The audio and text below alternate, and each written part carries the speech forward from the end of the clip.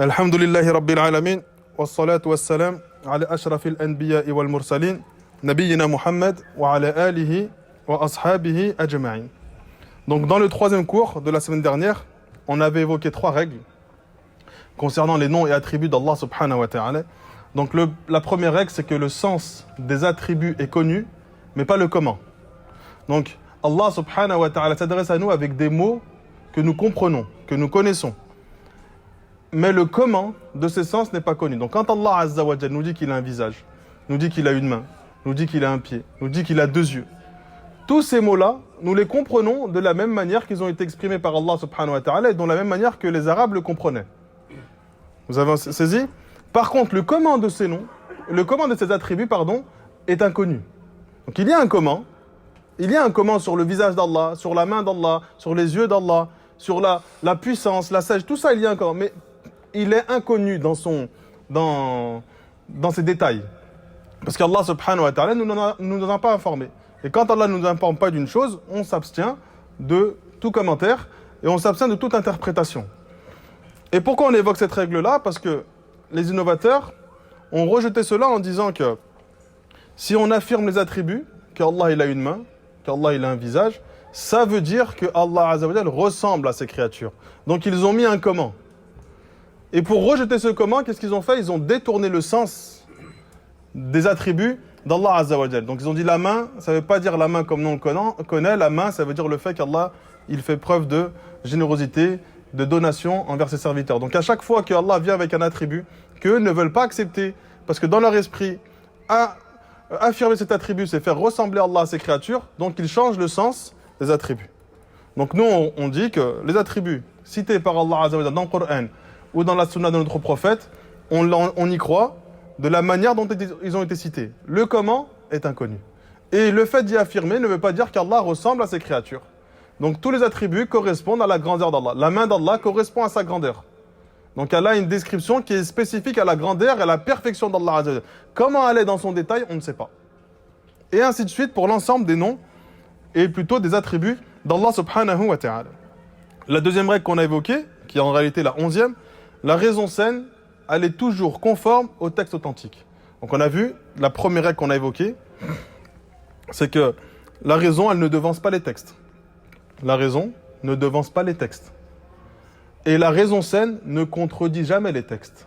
Donc là, cette règle-là qu'on a évoquée, c'est que celui qui a une raison saine, cette raison saine ne va jamais aller contre les textes du Coran et de la Sunna. Donc en réalité, s'il y a une compréhension qui est mauvaise, l'erreur n'est pas dans le texte, mais dans la compréhension qu'on y a apportée. Donc l'erreur n'est jamais dans le texte, mais plutôt dans la compréhension.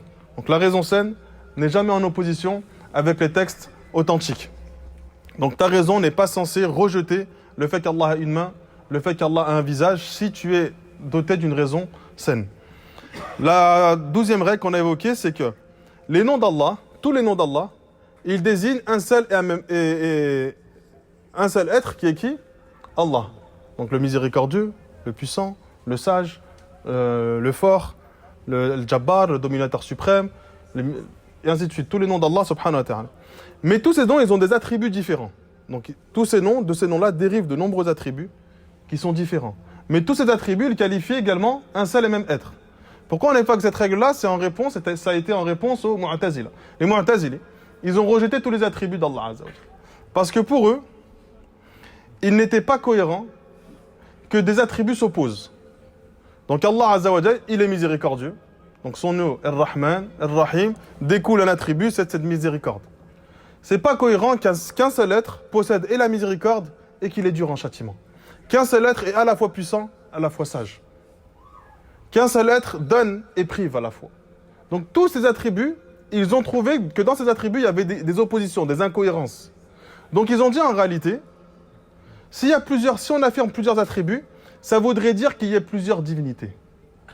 Une divinité qui possède la puissance, une divinité qui possède la sagesse, une divinité qui possède la miséricorde, une autre qui possède la dureté dans le châtiment.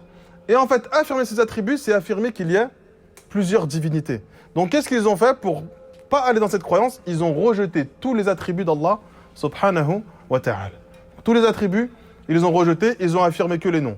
Allah il est puissant sans puissance, Allah il est sage sans sagesse, Allah il est miséricordieux sans miséricorde. C'est-à-dire qu'ils ont affirmé le nom et ils ont rejeté l'attribut qui était et la caractéristique qui était liée à ce nom. C'est saisi pour tout le monde? La 13e règle qu'on va évoquer, et c'est l'une des plus importantes. Akhbarul ahad hujja. Les ahadiths qui sont dits isolés, qu'on appelle hadith al-ahad, ce sont des hujja, des preuves sur lesquelles on s'appuie dans la croyance, et spécifiquement dans les noms et attributs d'Allah Azza wa Jal. Donc dans la science du hadith, on a différentes catégories et degrés de hadith. Parmi ces hadiths, on a le hadith al-mutawatir, qui est l'opposé de le hadith isolé. Hadith al-mutawatir, c'est des hadiths qui sont répandus. C'est-à-dire qu'ils sont tellement répandus qu'on ne peut pas dire qu'ils sont faibles. C'est ce principe-là qui a été appliqué avec le Coran. Le Coran, il a été tellement répandu qu'on ne peut pas dire que ce verset-là est faux. Parce que ça a tellement été répandu, d'accord, que personne n'a pu venir et changer les versets du Coran. Ça y est, ça s'est répandu. Personne ne peut changer les textes du Coran et de la parole d'Allah subhanahu wa ta'ala. Et bien pour les hadiths, on a le même principe. On a les hadiths mutawatir. Et les hadiths mutawatir, ils ont tellement été répandus qu'on ne peut plus affirmer qu'ils sont faibles. Même si dans certaines chaînes de transmission, il y a des chaînes de transmission qui sont faibles. C'est-à-dire que quand on a des hadiths, on a une chaîne de transmission. Et des fois, on a plusieurs mêmes hadiths, mais avec des chaînes de transmission différentes. D'accord? Donc parmi certaines chaînes de transmission du prophète sallallahu alayhi wa sallam jusqu'au rapporteur, toutes les personnes sont dignes de confiance. Et ensuite, il rapporte le hadith. Et on a le même hadith avec une autre chaîne de transmission, sauf que ce hadith-là, dans la chaîne de transmission, il y a quelqu'un qui est faible, qui est connu pour mentir, ou qui est connu pour se tromper, ou qui a une mauvaise mémoire. Mais tellement ce hadith il a été répandu de manière mutawatir, de manière dispersée, de manière fréquente, même ceux qui, d'apparence, sont faibles, on va dire qu'il est authentique. Parce qu'en fait, c'est pas possible que ce soit tous réunis dans le mensonge. Sauf que nous, on se base sur ce qui a été authentique. C'est le même principe avec le Coran. Le Coran, nous, on a le Coran à l'heure d'aujourd'hui, on s'est basé sur les pieux, sur les personnes vertueuses. Donc la chaîne de transmission qu'on a eue, on ne s'est pas basé sur les gens pervers, parce qu'il y a eu des gens pervers, des gens qui avaient une mauvaise mémoire, des gens qui étaient mauvais, qui avaient appris le Coran.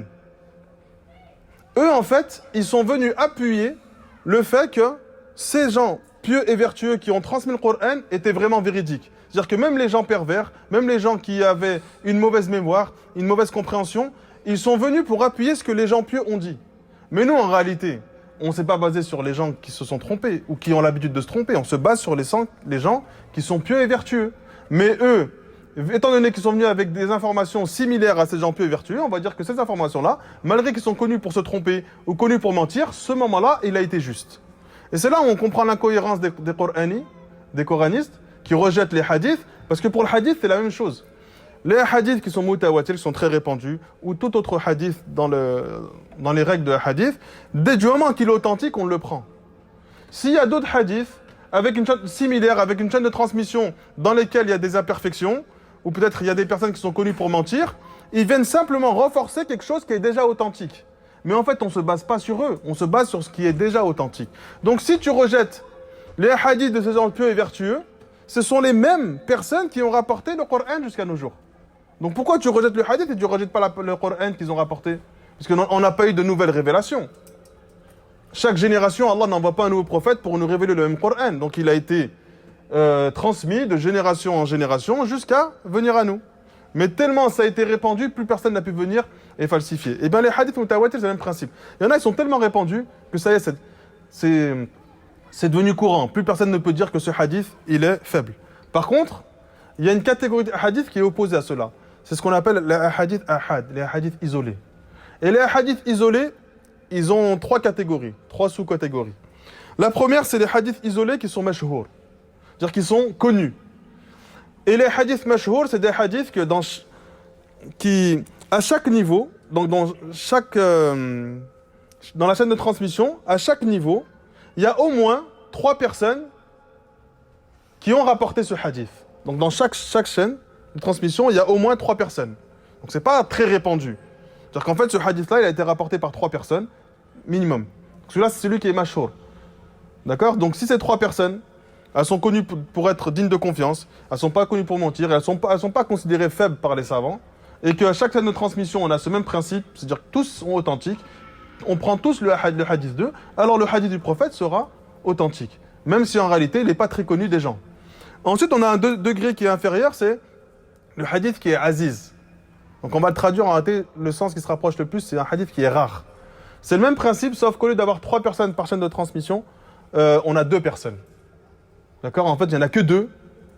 Dans toute leur époque, dans toute leur... il n'y en a que 2 qui sont venus, qui ont rapporté ce hadith. Et à chaque fois, c'est comme ça, ainsi de suite. D'accord? Par exemple, un des hadiths, al-muslim, man salim al-muslimuna min lisanihi wa yadihi. Un hadith très connu. Le croyant, c'est celui qui préserve l'autre croyant de sa langue et de sa main. Ça, c'est un hadith ahad, un hadith isolé. Dans chaque chaîne de transmission, il y avait minimum ou maximum 3 personnes. On a le hadith, le prophète sallallahu alayhi wa sallam nous dit La yu'minu ahadukum hatta akuna ahabba ilay min waladi wa walidi wa nasi ajma'in. Vous ne serez pas des véritables croyants jusqu'à ce que je sois plus aimé auprès de vous que vos pères, vos enfants ou l'ensemble des gens. C'est un hadith qui est très connu. Mais dans chaque chaîne de transmission, il n'y avait que 2 personnes. C'est-à-dire qu'il est connu des gens, mais en fait, quand on observe la chaîne de transmission, il n'a pas été rapporté par beaucoup de personnes. On n'a pas beaucoup de chaînes de transmission de ce hadith. Et on a un degré qui est encore plus élevé, c'est le hadith al-gharib, le hadith étrange. Souvent, on a des hadiths où on voit à la fin hadith al-gharib, c'est un hadith étrange. Pourquoi ils disent étrange? Parce qu'en réalité, ce hadith, il est considéré comme étrange, parce qu'en réalité, chaque chaîne de transmission, il n'y a qu'une seule personne qui l'a rapporté.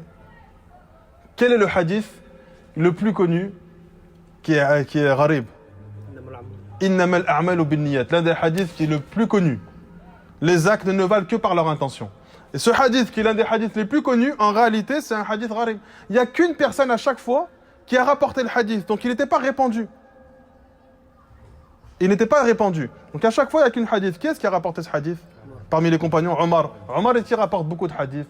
Abu Bakr, est-ce qu'ils ont rapporté beaucoup de hadiths? Alors que c'était les gens les plus purs, les plus vertueux, ceux qui ont fréquenté le plus le prophète. Mais ils ne s'exprimaient pas beaucoup. Leur crainte d'Allah était tellement grande qu'ils ne s'exprimaient pas beaucoup. Et d'autres compagnons ont fait ce travail à leur place. Abu Huraira, Anas ibn Malik, ainsi de suite, qui ont rapporté. Eh bien, un des hadiths gharib, à chaque fois c'est une personne, il a été rapporté par qui? Par Omar, un des compagnons qui n'était pas connu pour rapporter les hadiths, ou qui n'est pas connu pour rapporter les hadiths du prophète sallallahu alayhi wa sallam. Donc, cette catégorie de hadiths, qu'on appelle hadith gharib, ils sont utilisés par l'avant de la sunna comme preuve sous 2 conditions. La première condition, c'est que le hadith soit authentique. C'est un hadith sahih. C'est-à-dire que chaque personne dans la chaîne de transmission, malgré qu'ils sont très peu nombreux, soit digne de confiance, et c'est une personne parmi lesquelles on accepte la transmission de un hadith. Donc tant que c'est authentique, on accepte. Que ce soit répandu, pas répandu, qu'il y a beaucoup de personnes qui l'aient rapporté ou pas beaucoup de personnes, on l'accepte. La deuxième condition, que ce soit pas un hadith qui a été abrogé par quelque chose d'autre. Donc en fait, on lui applique la règle pour l'ensemble des autres hadiths. Donc tant que c'est authentique et qu'il n'a pas été abrogé par un autre hadith ou un autre texte, alors ce hadith est authentique et on doit l'utiliser. C'est pas on doit l'utiliser dans tout ce qui est la aqidah. Parce que les innovateurs, tous les hadiths ahad, ils les rejettent. Dans les sujets de aqidah, dans tout ce qui est jurisprudence ou autre, ils les acceptent. Mais tout ce qui touche à la croyance, tout ce qui touche au nom et attribut d'Allah Azza wa Jal, tout ce qui se passe après la mort, ils rejettent ces hadiths qui sont appelés hadiths ahad. Alors que si on observe la vie du prophète sallallahu alayhi wa sallam, on s'aperçoit que le prophète avait pour habitude de donner une mission à une seule personne pour transmettre un message important parmi la aqidah. Mu'adh ibn Jabal, le compagnon Mu'adh, il a été envoyé où par le prophète alayhi salatu wassalam? Au Yémen. Qu'est-ce qu'il lui a dit? Est-ce qu'il lui a demandé d'aller apprendre aux gens le fiqh? Qu'est-ce qu'il leur a dit? La première chose à laquelle tu appelles, c'est que les gens attestent. S'ils acceptent cela, apprends-leur la prière. S'ils acceptent cela, apprends-leur telle ou telle chose. Donc, il a envoyé un seul homme, un seul compagnon, au Yémen, pour leur transmettre les fondements de la religion et les fondements de la croyance. Est-ce que les gens du Yémen ont dit, non mais en fait, un seul ça suffit pas, il faut au moins 4-5 personnes avec toi qui viennent affirmer tes propos? Est-ce qu'ils ont dit ça? Ils n'ont pas dit ça. Est-ce que le prophète a dit, toi tout seul, les gens vont rejeter parce que tu es isolé, tu es seul. Donc il faut que je t'envoie 4-5 compagnons avec toi pour que les gens acceptent ton message. Est-ce qu'il a fait cela, le prophète alayhi salatu wassalam? Il n'a pas fait cela. Il a envoyé un homme, Mu'adh ibn Jabal, dans un pays autre que le sien, appeler les gens à l'islam et il leur a enseigné les bases de la croyance et les bases de notre religion.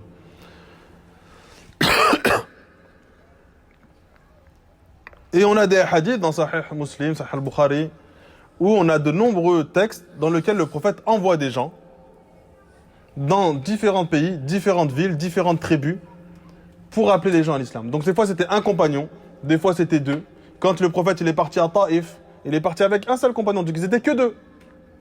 Les gens de Taïf, malgré qu'ils ont rejeté le message, le prophète ne s'est pas dit, ils ont rejeté parce qu'en fait, ils se sont dit, on n'est que deux, c'est pas suffisant, donc on n'accepte pas de vous, il faut que vous soyez plus. Il est venu, il a prêché. Eh bien nous, dans la Aqidah, on applique la même règle.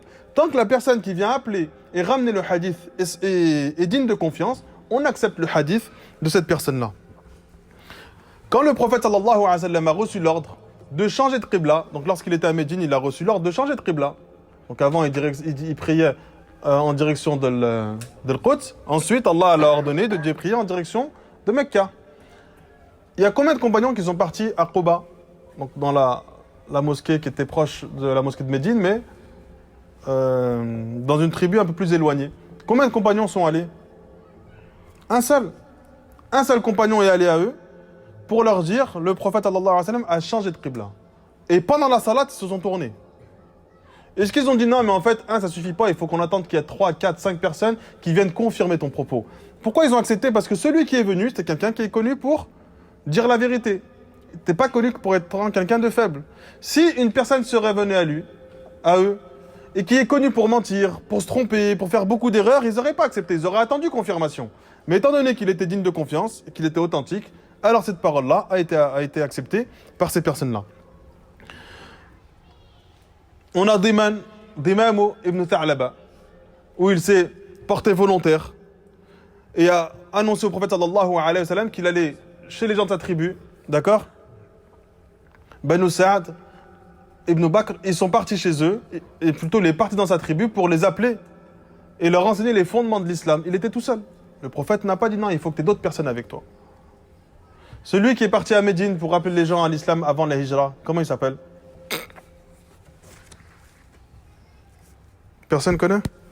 Le compagnon qui est parti à Médine, d'accord? C'est-à-dire qu'en fait, il est venu à Mecca, il a rencontré le prophète sallallahu alayhi wa sallam, le prophète l'a appelé à l'islam, il a accepté l'islam, il est retourné à Médine, il a appelé les gens à l'islam. C'est qui ce compagnon? Mus'ab ibn Umayr. Compagnon connu, Mus'ab ibn Umayr. Est-ce que le prophète a dit non, il faut qu'il y ait plusieurs personnes qui croient avec toi parce qu'ils vont rejeter parce que tu es tout seul? Non. Lui, quand il est parti là-bas et qu'il a appelé les gens à l'islam, il était connu pour être quelqu'un digne de confiance. Ils ont accepté de lui son message, pour ceux qui acceptaient l'islam.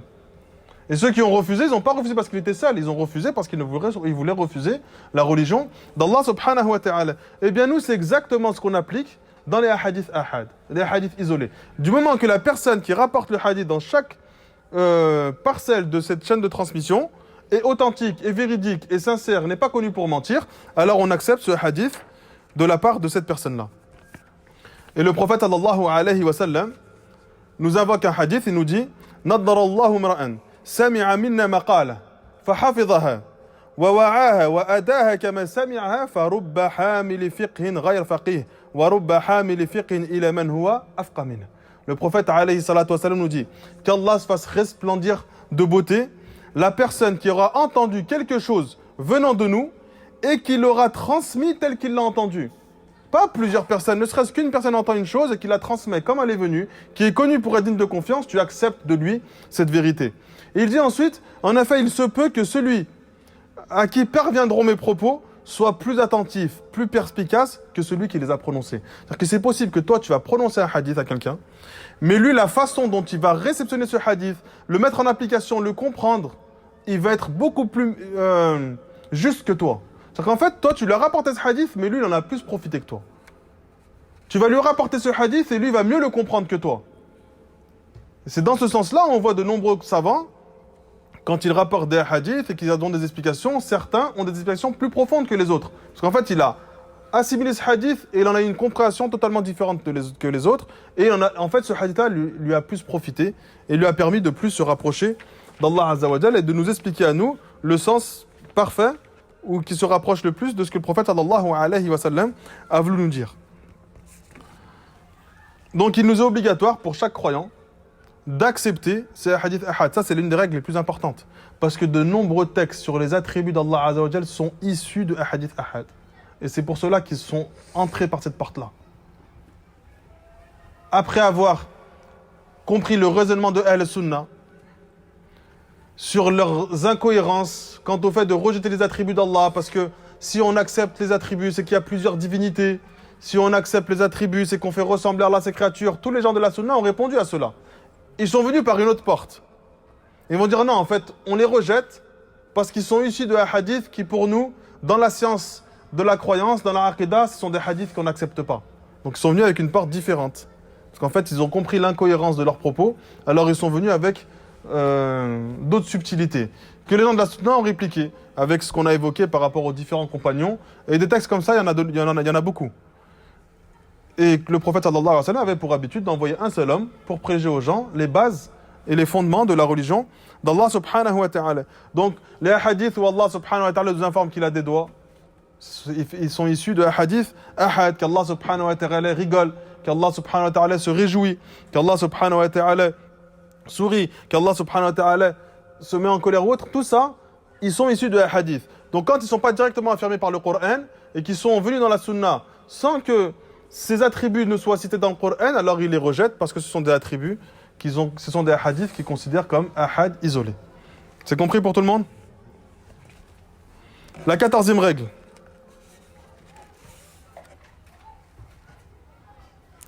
La raison, on a dit que la raison ne dévance jamais les textes. La raison peut affirmer ou confirmer la croyance de certains attributs, mais pas tous. Donc il y a certains attributs d'Allah subhanahu wa ta'ala que la raison ne peut pas confirmer, ne peut pas affirmer. Sauf s'il y a un texte qui vient appuyer cela. Mais autrement, ta raison, elle ne peut pas venir affirmer qu'Allah subhanahu wa ta'ala a un visage, qu'Allah subhanahu wa ta'ala a des mains, qu'Allah subhanahu wa ta'ala a des yeux, qu'Allah azza wa jal est établi au-dessus de son trône, qu'Allah subhanahu wa ta'ala a des doigts. Tout cela, on ne peut pas l'affirmer si ce n'est par l'authenticité des textes du Coran et de la Sunna de notre prophète Mohammed sallallahu alayhi wa sallam. Donc la raison peut affirmer certains attributs, mais pas tous. Il y a d'autres attributs que la raison peut comprendre et que la raison aurait pu comprendre, aurait pu affirmer, même s'il n'y avait pas de texte. Mais étant donné que nous, Ahl Sunnah, on attend le texte avant d'affirmer, alors on s'abstient. Le fait qu'Allah subhanahu wa ta'ala existe, est-ce qu'il aurait forcément fallu un texte pour prouver cela? Ta raison aurait pu l'assimiler. En observant la création des cieux de la terre, on aurait pu assimiler qu'Allah subhanahu wa ta'ala, qu'il y a un être qui existe, qui a été le créateur de tout cela. Mais nous, on ne devance pas les textes. Même si notre raison peut assimiler cela, on attend un texte avant de faire en sorte que notre raison saine vienne revenir conforme au texte authentique.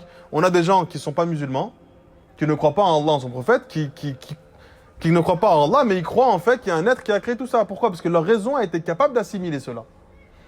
Et bien certains attributs, Allah subhanahu wa ta'ala les possède, et la raison peut les confirmer.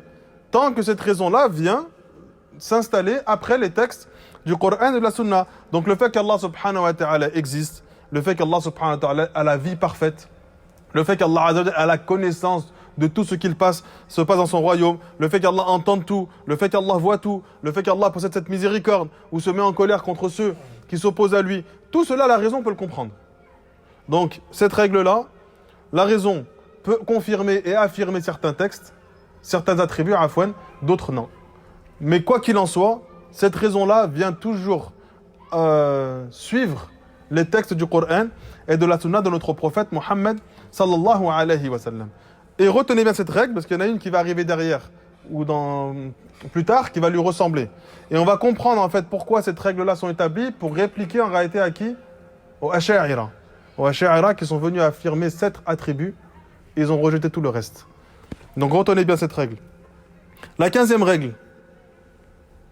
باب الصفات أوسع من باب الأسماء وباب الأخبار أوسع من باب الصفات. Donc cette règle-là, on la retrouve dans le Madarij al-Salikin, wa Bada' al-Fawaid, wa Taysir al-Aziz al-Hamid. C'est vrai que j'avais dit que j'allais citer à chaque fois les références, mais c'est toujours plus ou moins les mêmes références, Inch'Allah. Donc, le chapitre des attributs est plus vaste que le chapitre des noms. Et le chapitre des informations sur les actes d'Allah est plus vaste que le chapitre des attributs. Pour résumer, il y a plus d'attributs que de noms. Et on qualifie Allah, les actes d'Allah sont plus nombreux que ses attributs. Donc nous, on sait qu'un nom, il y a plusieurs attributs qui peuvent en dériver. Donc d'un nom, on peut tirer un attribut ou on peut en tirer plusieurs. D'accord? Donc le nom El-Hakim, par exemple, on va tirer l'attribut de la sagesse, de la justice et du jugement, par exemple. Donc tout cela, un nom, il peut avoir plusieurs attributs. Donc forcément, on aura plus d'attributs que de noms. Et bien pour les actes d'Allah, c'est pareil. Les actes d'Allah, ils sont plus vastes que les attributs. Par contre, ils ont des règles un peu différentes. On va commencer avec les informations sur les actes d'Allah Azzawajal. Les informations sur les actes d'Allah Azzawajal n'est pas d'institution divine, c'est-à-dire c'est pas tawqifi. T'es pas forcé d'avoir un texte du Coran ou de la Sunna pour affirmer certains actes d'Allah Azzawajal. Par contre, lorsque tu affirmes un acte d'Allah Azzawajal, il faut que cet acte-là soit lié à une perfection qui est liée à Allah Azzawajal et qu'il n'y ait pas une imperfection qui est liée, qui est collée à cet acte-là. D'accord? Donc si tu affirmes à Allah Azzawajal un acte, il faut que cet acte-là ne soit pas touché par une imperfection, parce que ça voudrait dire qu'Allah subhanahu wa ta'ala va être touché par cette imperfection.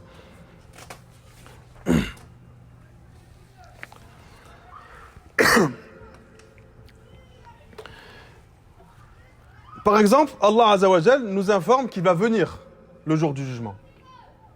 Donc Allah Azzawajal vient le jour du jugement. Est-ce que de cet acte d'Allah Azzawajal qui est la venue, on peut dire que l'attribut d'Allah c'est le fait qu'il vienne, ou le nom d'Allah c'est celui qui vient? Non. Donc on comprend que lorsqu'on a un acte d'Allah Azzawajal, cet acte-là ne va pas donner suite et donner lieu à un nom. Vous avez compris? Lorsqu'on affirme à Allah un acte, on ne va pas lui coller un nom à Allah Azzawajal. Donc le fait qu'Allah y vienne, on n'a jamais dit que Allah min asmahi al-ja'i, celui qui vient. C'est pas venu. Parce que les noms et attributs, eux, sont d'ordre divin. On ne peut affirmer que ce qui a été cité dans le Coran, dans la Sunna. Quant aux actes d'Allah, on peut les affirmer parce qu'on a des textes, d'accord, ou des choses qui vont nous donner cette permission de définir ou de qualifier Allah ou d'informer d'Allah subhanahu wa ta'ala de ces textes. On a l'imam Ahmed par exemple qui disait Ya dalilul al-ha'irin dullani, oh celui qui guide. On sait qu'Allah subhanahu wa ta'ala est celui qui guide, mais le nom qu'il a utilisé c'est Ad-Dalil. Ad-Dalil, c'est pas un des noms d'Allah subhanahu wa ta'ala. Donc et c'est ni un attribut d'Allah. Donc le nom qu'il a utilisé, Dalil, en parlant d'Allah, le fait qu'Allah va nous guide, c'est une information sur Allah Azzawajal. Donc il a donné une information sur Allah et le mot qu'il a utilisé, il n'a pas été cité ni dans le Coran, ni dans la Sunna. Donc lorsque tu donnes des informations sur Allah subhanahu wa ta'ala, les savants sont moins stricts quant au fait de forcément se baser sur des textes du Coran et de la Sunna. Sauf que il ne faut pas qu'il y ait dans cette information quelque chose qui va porter préjudice à Allah Azzawajal, si on peut dire ça comme ça, ou qui va apporter un défaut à notre Seigneur, Allah Azzawajal. Allah subhanahu wa ta'ala, on sait qu'il descend dans le ciel le plus proche, dans le dernier tiers de la nuit. Est-ce qu'on va dire que parmi les noms d'Allah, c'est An-Nazil? Allah descend. C'est un acte d'Allah Azzawajal, mais on ne peut pas dire que c'est un attribut ni même un nom. Parce que pour dire que c'est un attribut ou un nom, il faut qu'on ait un texte clair du Coran et de la Sunna de notre prophète sallallahu alayhi wa sallam. Allah Azzawajal, on sait qu'il ruse avec ceux qui rusent. Est-ce qu'on va dire que parmi les noms d'Allah, c'est Al-Ka'id, celui qui ruse, le ruseur, celui qui complote? On va pas dire cela. Parce qu'en fait, c'est des informations que tu donnes sur Allah. Donc ce sont ni des attributs, ni des caractéristiques qui sont spécifiques à Allah. Ce sont ni des noms. Pourquoi on ne peut pas les qualifier d'attributs ou de noms? Parce qu'en réalité, El-Ka est celui qui ruse avec ceux qui rusent. Si on dit qu'Allah c'est le ruseur, on va comprendre qu'il ruse dans l'absolu. Même contre quelqu'un qui a rien fait à la base. Ou qui complote contre des gens qui ne complotent pas. Donc on donne simplement cette information sur Allah Azza wa Jalla. Allah dit dans le Coran, Antum tazra'unahu am nahnu zari'un?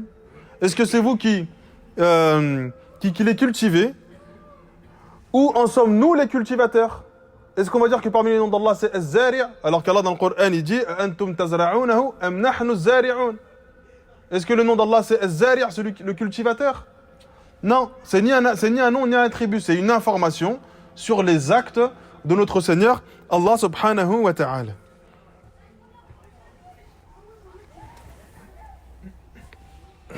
Allah Azza wa Jalla nous dit dans la Sunna, où le prophète alayhi salatu wassalam, Yu'dhin ibn Adam, donc le fils d'Adam me cause du tort.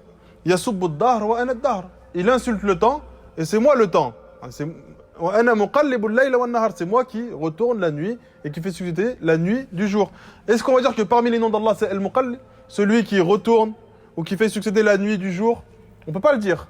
Parce qu'en fait là c'est un hadith où Allah nous donne une information sur lui. Et de cette information-là, on ne peut pas forcément en tirer un attribut ou un nom.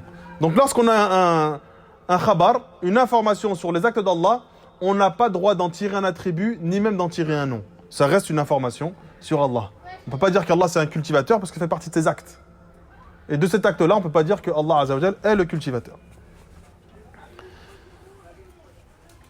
Ensuite, en ce qui concerne les noms d'Allah subhanahu wa ta'ala sont d'institutions divines. Ça veut dire que personne n'aurait pu comprendre les noms d'Allah si ce n'est par ce qu'il a cité dans le Coran ou dans la Sunna. Donc on ne peut pas deviner un nom ou déduire un nom Allah subhanahu wa ta'ala, sauf si ce nom-là a été cité dans le Coran ou dans la Sunna de notre prophète Muhammad sallallahu alayhi wa sallam. Donc tous les noms d'Allah ont été cités dans le Coran. Donc les 99 qui sont connus, parce qu'Allah possède plus que 99 noms, sauf qu'il nous en a révélé à nous 99. D'accord? Donc quand le prophète alayhi salatu wassalam va se présenter devant Allah, d'accord? Il va dire, je vais faire à Allah les éloges. Quel est le hadith? Que je ne connais pas encore. Et on sait que le prophète, lorsqu'il fait des éloges, il commence ses éloges par évoquer les noms d'Allah. Donc il nous informe qu'il va faire les éloges d'Allah avec des noms qu'il ne connaît pas encore. Et dans un autre hadith, dans une invocation, le prophète nous informe qu'Allah subhanahu wa ta'ala possède des noms qu'il a gardés auprès de lui. Donc Allah en réalité, il possède plus que 99 noms, sauf que ceux qu'il nous a révélés sont au nombre de 99. Mais quand on regarde ceux qui ont rapporté, en fait le prophète, il nous a informé qu'il a 99 noms. Mais il n'y a pas de hadith authentique dans lequel on a listé ces 99 noms. Donc des fois, quand tu vas commencer à dénombrer, tu vas te rendre compte qu'il y en a plus de 99. Parce que certaines personnes ont pris ces informations sur Allah et en ont fait des noms. Al-Nasir, fait qu'Allah porte secours. C'est un acte d'Allah Azza wa Jal que les gens ont pris, que certains savants même, ont pris et en ont fait un nom. Parce qu'ils se sont basés sur certains hadiths qui, eux, malheureusement, ne sont pas authentiques. Al-Rashid, Al-Muhsin, ainsi de suite. Ce sont des informations sur Allah Azza wa Jal, mais ces informations sur Allah Azza wa Jal, on ne peut pas en faire des noms. Donc c'est pour cela qu'il y a certains savants, lorsque tu vas commencer à dénombrer ou à déchiffrer les noms d'Allah Azza wa Jal, tu vas en trouver plus. Al-Nur, ce sont des informations sur Allah subhanahu wa ta'ala que certains savants ont utilisées pour en faire des noms. Mais nous, on n'a pas droit de prendre une information ou de prendre un attribut et d'en faire un nom. Que s'il est venu du Coran ou de la sunna authentique de notre prophète Muhammad sallallahu alayhi wa sallam. Donc c'est pour cela qu'en réalité on a plusieurs noms et c'est de là d'où naissent les divergences dans la dénomination d'Allah subhanahu wa ta'ala par ces noms justement. Quant aux attributs, ils ont la même règle que les noms. Ils sont tawqif, c'est-à-dire ils sont d'institution divine. C'est-à-dire que tant que tu n'as pas un texte du Coran ou de la Sunna sur cet attribut-là, tu t'abstiens. Tu ne peux pas dire qu'Allah a une main, sauf si ce texte est venu dans le Coran ou la Sunna. Tu ne peux pas dire qu'Allah a un visage, sauf si ce texte n'est pas venu dans le Coran ou dans la Sunna. Pareil pour ses yeux, pour ses pieds, ainsi de suite. Tout le reste, on s'abstient. Le fait qu'Allah ait deux yeux n'implique pas le fait qu'il ait deux oreilles. Vous avez saisi ou pas? Parce qu'il n'est jamais venu un texte où Allah affirmait qu'il avait des oreilles. Donc les gens vont dire Allah il a deux yeux parce qu'il voit tout et qu'il voit tout. Donc s'il entend tout, c'est forcément qu'il a deux oreilles. Mais étant donné qu'Allah s'est abstenu de nous donner cette information et de nous donner cet attribut, alors on s'abstient. On reste sur ce qu'Allah Azza wa Jal nous a informé. Est-ce que c'est saisi pour tout le monde? Donc, lorsqu'on a un attribut, on ne peut pas en faire un nom. Par exemple, le nom El-Jalil. Bon, il y a un hadith, les savants ont divergé sur l'authenticité de ce hadith. Mais on va mettre le hadith entre guillemets de côté. On a le nom El-Jalil. Certains savants qui considèrent ce hadith faible vont dire que le nom El-Jalil ne fait pas partie des noms d'Allah Azza wa Jal. Allah dit dans le Coran, Dhul Jalal, celui qui possède la majestuosité. Donc El-Jalil, le majestueux. Allah Azza wa Jal dans le Coran nous informe qu'il possède cette majestuosité. C'est un attribut. C'est une caractéristique. Et est-ce que parce qu'Allah dit qu'il est Dhul Jalal, qu'il est El-Jalal, d'accord, Dhul Jalal Afwan, ça veut dire que Allah c'est El-Jalil? Est-ce qu'on peut le dire ça? On peut pas dire, parce que lorsqu'on a un attribut, de cet attribut-là, on peut pas en tirer un nom. C'est interdit. Donc on n'a pas le droit de prendre un attribut et d'en tirer un nom. On sait qu'Allah subhanahu wa ta'ala, il rigole. Est-ce qu'on va dire que cet attribut-là, c'est une caractéristique d'Allah Azza wa Jalla qui rigole? Est-ce qu'on va dire qu'Allah c'est Ad-Dahik? C'est celui qui rigole. On va lui donner ce nom-là? Non, parce qu'il n'est pas venu dans le Coran ni dans la Sunna. Donc même si dans le Coran, il y a des attributs d'Allah subhanahu wa ta'ala, on ne peut pas de cet attribut-là en faire un nom, parce que c'est jamais venu dans le Coran, ni dans la Sunna de notre prophète sallallahu alayhi wa sallam. La 16e règle. On utilise et on priorise l'emploi des mots et des termes qui ont été utilisés par Allah Azza wa Jal ou par son prophète. Ça, c'est une règle qu'il faut appliquer. D'accord? On va entendre certains savants qui utilisent des termes sans prioriser les textes du Coran et de la Sunna. C'est permis, mais on fait le nécessaire pour utiliser les termes qui ont été cités par Allah ou par son prophète. Le terme ta'wil. Donc le terme ta'wil, il est souvent utilisé pour définir les asha'ira ou autres qui changent le sens des attributs d'Allah subhanahu wa ta'ala vers un autre sens. Sauf que le mot ta'wil, il est utilisé dans le Coran ou la Sunna avec un sens qui est noble et un autre qui est un peu plus blâmable. Donc le mot ta'wil, il a pour sens dans la langue arabe de tafsir, donner les explications parfaites et bonnes d'une chose. Et le mot ta'wil, il a un autre sens qui est, lui justement, sarf al-kalam an zahiri. Donc le fait de détourner le sens d'un mot de son sens apparent. D'accord? Donc comme là, la main, on comprend la main, ils vont dire non, c'est pas la main, ça veut dire qu'Allah donne. Ou Allah est généreux, par exemple. Donc ils ont changé le sens de ce mot main. Eh bien, lorsque tu utilises le mot ta'wil, étant donné qu'il vient avec un sens un peu noble, il est préférable de ne pas l'utiliser. Le mot qui a été utilisé dans le Coran, c'est at-tahrif. Yuharrifun al-kalima an mawadi'.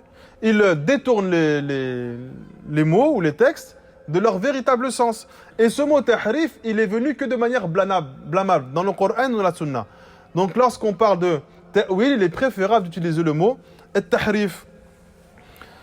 Pareil, lorsqu'on veut dire, on a le mot at-tamthil, pour ceux qui font ressembler Allah à ses créatures. Il y a un terme qui a été utilisé, c'est at-tashbih, qui veut dire presque la même chose. Sauf que at-tamthil, c'est celui qui a été cité dans le Coran. Laysa kamithlihi shay. Il n'y a rien qui lui ressemble. Walillahi al-mathalul a'la. Allah Azza wa Jal a les descriptions les plus parfaites. Donc on utilise les termes qui ont été utilisés. Pourquoi? Parce que certains innovateurs vont utiliser ces termes qui ont un sens noble pour justifier leur regardement. Pour dire non, quand on fait du ta'wil, c'est-à-dire qu'on vient expliquer de manière juste ces noms et attributs. On ne vient pas changer le sens. Alors que fi'lan, ils viennent véritablement changer le sens des attributs d'Allah subhanahu wa ta'ala. Et surtout que l'utilisation de nos mots à nous n'est pas infaillible de toute erreur. Alors que si on utilise les mots utilisés par Allah Azza wa Jal, forcément ces mots-là vont être infaillibles. Donc ils vont avoir un seul sens, c'est le sens qui a été voulu par Allah et son prophète Muhammad sallallahu alayhi wa sallam. La 7e règle, ou la 17e afwan. Al-qawlu fi as-sifati kal-qawli fi adh-dhat. Ce qui est dit sur les attributs d'Allah, c'est la même chose que l'on dit sur l'essence d'Allah, sur l'être d'Allah subhanahu wa ta'ala. Donc nous, on affirme qu'Allah Azza wa Jal est un être. Et de cet être-là est lié des attributs. Donc si on dit qu'Allah subhanahu wa ta'ala c'est un être et qu'il a cette perfection absolue, forcément les attributs qui lui sont liés, ont également cette perfection. Donc si Allah possède une main, c'est une main qui correspond à sa perfection. Donc à aucun moment on peut dire que cette main-là ressemble à celle des créatures. Parce que la main des créatures est liée à leur imperfection. Donc ce qu'on dit sur l'essence d'Allah Azza, la perfection de l'être qui est Allah Azza, on va le dire sur les attributs qui sont liés à cet être-là qui est Allah subhanahu wa ta'ala. Si un être humain est imparfait, tous les attributs qui le caractérisent sont imparfaits. Sa main, ses pieds, ses yeux, ses oreilles, sa bouche, tout est imparfait. Mais si Allah subhanahu wa ta'ala est parfait, tous les attributs qui lui sont liés, forcément, vont être parfaits.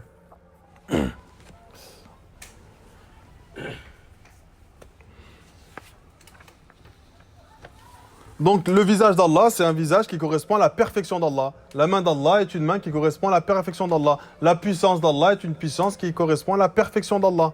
La sagesse d'Allah est une sagesse qui est liée à sa perfection. C'est pour ça qu'on a expliqué à de nombreuses reprises qu'Allah Azza wa Jal, il associe souvent des noms les uns avec les autres. Par exemple, Al-Aziz ou Al-Hakim, le puissant et le sage. Parce que nous, on est limité dans notre esprit. On va comprendre les choses selon ce que nous, on vit au quotidien. Donc quand quelqu'un est puissant, très régulièrement, cette puissance est utilisée pour se montrer injuste envers les autres. Lorsque quelqu'un est qualifié de sage, souvent cette sagesse est liée à une faiblesse. En fait, il est sage parce qu'il est faible. Eh bien, Allah Azza wa Jal, pour enlever ça de l'esprit des gens, il associe ces deux noms. Allah, c'est Al-Hakim ou Al-Aziz. C'est le puissant et en même temps le sage. C'est-à-dire cette puissance-là, elle est sage. Elle n'est touchée d'aucune injustice. Donc ne pensez pas que la puissance d'Allah, c'est la même que la vôtre qui va être touchée par le fait d'être tyrannique avec les gens. C'est une puissance parfaite et une puissance parfaitement sage. Et cette sagesse, qui est perçue par certaines personnes comme une faiblesse, elle est puissante. Ne pensez pas qu'Allah il est sage par faiblesse, parce qu'il n'est pas capable. Il est sage, mais cette sagesse est puissante. Donc régulièrement, les noms d'Allah Azza sont associés, d'accord? Parce qu'ils viennent se compléter les uns les autres. La 18e règle, on va s'arrêter avec celle-là. Ce qu'on dit sur certains attributs, c'est la même chose que l'on dit sur les autres attributs. Pourquoi cette règle-là? En réponse à qui? Aux Asha'ira. Les Asha'ira, ils ont affirmé 7 attributs. Selon la façon dont on se place, ils ont affirmé 7 attributs. Mais on verra peut-être dans plusieurs cours qu'en réalité, ils en ont affirmé plus en fonction de la façon dont on se place. Mais ce qui est commun à eux, c'est qu'ils ont affirmé 7 attributs. Sur ces 7 attributs, il n'y a aucune divergence entre eux. Ils divergent sur d'autres. Donc 7 attributs. Les 7 attributs qu'ils ont affirmés, ils disent que ces 7 attributs, ils sont liés à la perfection d'Allah Azza wa Jal. Et on rejette tous les autres attributs parce que dans les autres attributs, il y a une ressemblance à Allah envers ses créatures.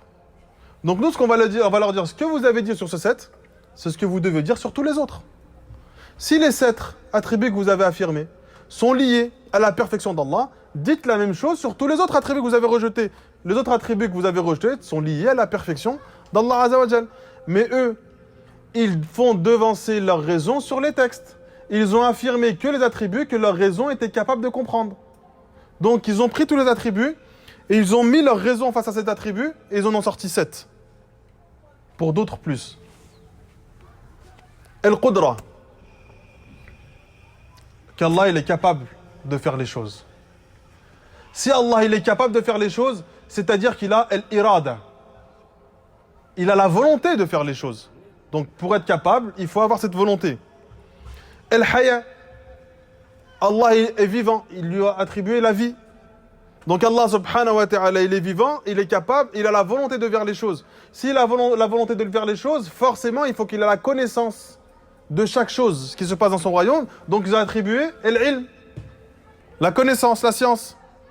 Ensuite ils ont dit, si Allah subhanahu wa ta'ala a la connaissance de chaque chose, et qu'il a la volonté de faire les choses, et qu'il a la capacité de faire les choses, il faut qu'il donne ces informations à ses anges ou à ses prophètes. Donc ils ont affirmé sifat al-kalam, le fait qu'Allah parle. Et étant donné que tout ce qu'il y a dans le royaume d'Allah Azza wa Jal ne peut échapper à la connaissance d'Allah, ils ont affirmé as-sam' wal-basar, le fait qu'Allah voit tout et entend tout. Tout ça parce que c'est lié à leur raison. Et ensuite ils vont dire Allah, il est puissant sans puissance. Allah, il est sage sans sagesse. Allah, il est miséricordieux, sans miséricorde. C'est exactement leur argument. Vous n'allez jamais trouver un frère faire un cours sur la croyance des Ash'ari. Ils en sont incapables. Nous, Ahl Sunnah, on connaît mieux leur croyance qu'eux. La seule chose qu'ils font, ils envoient des commentaires en dessous des vidéos. C'est tout ce qu'ils font. Non, tu te trompes. Attends, fais un cours. On ne vous interdit pas de faire un cours. Nous, on va vous répliquer. On va répliquer en faisant un autre cours, pas en envoyant des petits commentaires comme ça où on perturbe les gens. Parce qu'ils sont incapables. Parce que leur croyance est tellement incohérente qu'ils sont incapables de donner un cours complet. Donc ils viennent avec des petites ambiguïtés qui vont perturber les gens et qui vont égarer les gens. Donc ce qui est dit sur certains attributs, on va le dire sur l'ensemble des attributs. Donc lorsque Al-Ash'ira, ils disent on affirme ces 7 attributs, et lorsqu'on médite sur ces 7 attributs, est-ce qu'on s'aperçoit que ces attributs-là, les caractéristiques qui sont à Allah Azza wa Jal de manière parfaite, est-ce qu'elles n'existent pas chez les êtres humains? Est-ce que les êtres humains existent? Non. Donc si tu affirmes l'existence d'Allah et qu'on voit que les êtres humains existent, tu vas faire ressembler Allah à ses créatures. Qu'est-ce qu'ils disent? Non, c'est une existence qui est liée à la perfection d'Allah. Et l'existence des êtres humains est liée à leur imperfection. On leur dit, Taïb, Allah, vous l'avez attribué la vie. Est-ce que les êtres humains vivent? Est-ce que la créature d'Allah vive? Non, mais la vie d'Allah est parfaite et la vie des êtres humains est imparfaite. Vous avez attribué à la connaissance, la science. La science d'Allah est parfaite, la science des êtres humains est imparfaite. C'est exactement leur argumentation.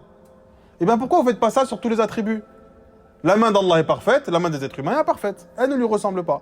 Comme notre science ne ressemble en rien à la science d'Allah. Ce que vous affirmez. Comme notre vie ne ressemble en rien à la vie d'Allah. Ce que vous affirmez.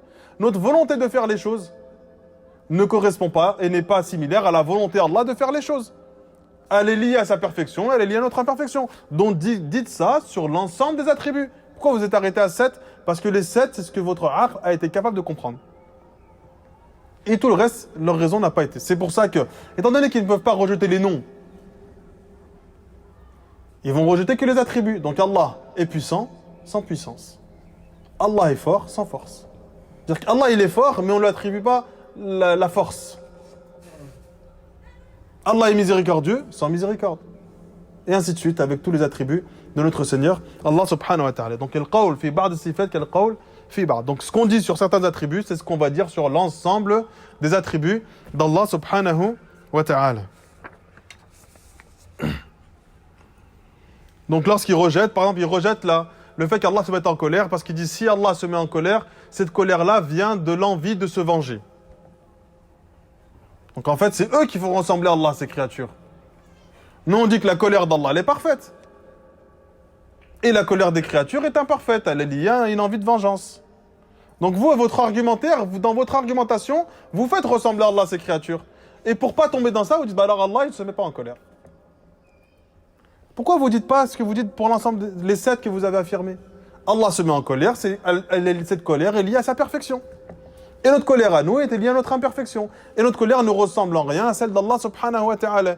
Et n'est provoquée elle n'est pas provoquée par les mêmes choses qui provoquent la colère d'Allah subhanahu wa ta'ala. Ça peut être différent. On peut être mis en colère par des choses futiles, sur lesquelles Allah ne se mettra pas en colère.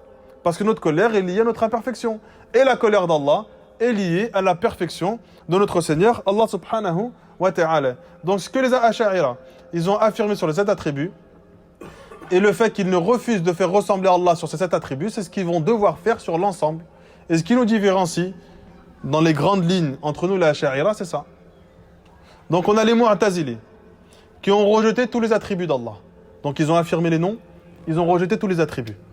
On a les Ash'ira, qui ont affirmé les noms, et qui ont rejeté tous les attributs sauf 7. Vous savez qui est-ce qui répond le mieux aux Ash'ira? C'est les Mu'tazila.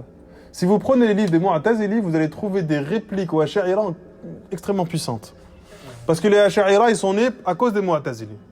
En fait, chaque secte naît à cause d'une autre. C'est-à-dire qu'ils ont voulu aller à l'opposé de ce qui a été fait, et du coup, ils s'égarent. On a eu le Jahmiya, en tout premier lieu, on a eu le Jahmiya.